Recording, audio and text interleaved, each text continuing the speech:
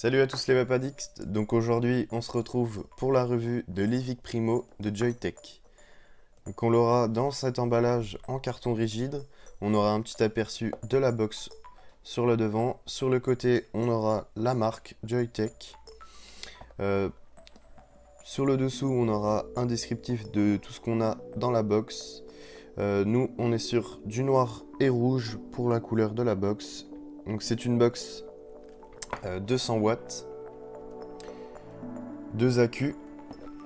Donc voici la box en noir et rouge qu'on verra par la suite. Dans l'emballage, on aura aussi un petit câble USB,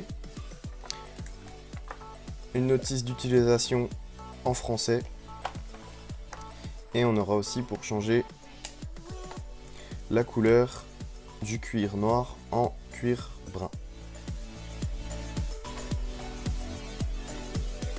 On va passer directement à la présentation de cette box. Comme vous pouvez le voir, sur les côtés, on a une partie en cuir entourée de liseré rouge. On a les inscriptions gravées Evic Primo de ce côté-ci. De l'autre côté, on a la gravure Joytech. Sur la face avant, on a le bouton Fire, un écran qui est assez grand, le bouton plus, le bouton moins, et en bas, le port pour la charge. En haut, nous avons le pin 510 pour les atos. En bas, la recharge pour les deux accus, donc ici le plus et ici le moins. On rentre à présent dans le menu de la box, il est très simple. Donc là, nous sommes en mode power à 80 watts. En dessous, on a les volts, les ohms et les ampères. En bas, on a les deux petites images des deux batteries, des deux accus qu'on a. Alors, on appuie 3 fois sur le bouton power, ça clignote en haut.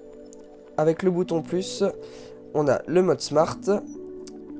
Le mode, donc là, on est toujours en mode power, juste ici à 80 watts, mais avec l'heure supplémentaire. Le mode contrôle de température, le mode TCR, et on retourne sur le mode power. Pour augmenter les watts, c'est très simple. On appuie sur le bouton plus à droite et sur le bouton moins à gauche.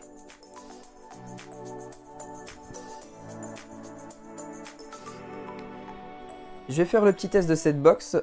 Donc, bon, la prise en main est assez sympa, hein, puisque moi j'ai des petites mains, mais elle rentre bien dans la main. Donc là, je me mets à 80 watts sur le TFV8 avec une résistance 10 coils.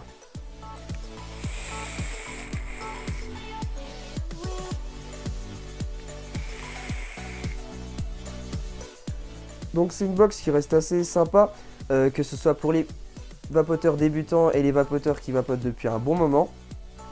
Elle est dans les alentours de 80-90 €. C'est une box qui a 200 watts. Donc c'est vrai que même si voilà, on débute dans la vapote, on peut la prendre, elle est vraiment sympa puisqu'on peut vapoter à un bas wattage et assez haut wattage. Pour les vapoteurs qui vapotent depuis un certain temps, est aussi sympa puisque voilà, elle peut être baladée partout. C'est une assez petite box qui est sympa dans la prise en main. Donc là, je vais me mettre à 100 watts pour tester un petit peu la vapote.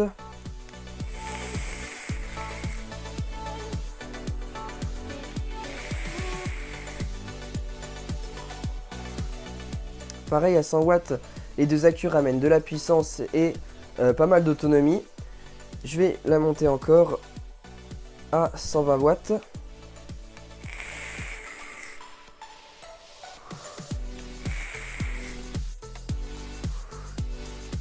Donc voilà, pour conclure, c'est une box qui est vraiment sympa, je la conseille à beaucoup de personnes. Pour conclure cette vidéo, donc cette box est vraiment sympa parce que elle est compacte et elle a de l'autonomie. Je conseille à pas mal de personnes qui veulent une petite box. En plus, elle a un très beau design. Il y a plusieurs couleurs, il y a du gris, du noir, etc. Là, avec le TFV8 noir et les joints rouges, ça donne un design très sympa. Donc, elle envoie pas mal de puissance. Et franchement, elle est très abordable. 80 €.